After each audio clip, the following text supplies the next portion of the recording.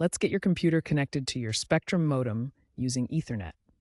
First, you'll need an Ethernet cable, Cat5e or higher is recommended, your Spectrum modem, and a computer with an Ethernet port.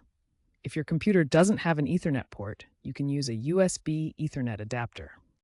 Power on your Spectrum modem and connect it to the cable outlet using a coaxial cable. Then, plug one end of the Ethernet cable into the LAN port, usually yellow or numbered, on the back of your modem, and the other end into your computer's Ethernet port. In most cases, the connection will be automatic via DHCP, where your modem assigns a private IP address to your computer. If you don't get a connection, double-check your cable, restart the modem by unplugging it for 30 seconds, and make sure your computer's Ethernet drivers are up to date. Spectrum uses DHCP by default, meaning your modem automatically assigns an IP address to your computer.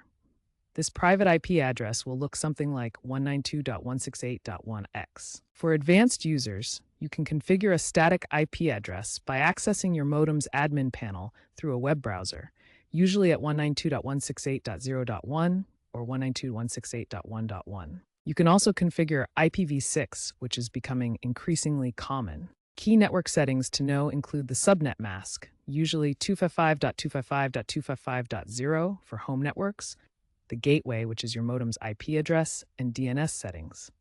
While Spectrum has its own DNS, you can also use public DNS servers like Google's 88.8.8. As a security tip, always change the default password on your modem to prevent unauthorized access. Using a wired Ethernet connection is a great way to ensure you have a more stable, low-latency connection, perfect for online gaming or video conferencing, with speeds potentially 20 to 50% better than a Wi-Fi connection.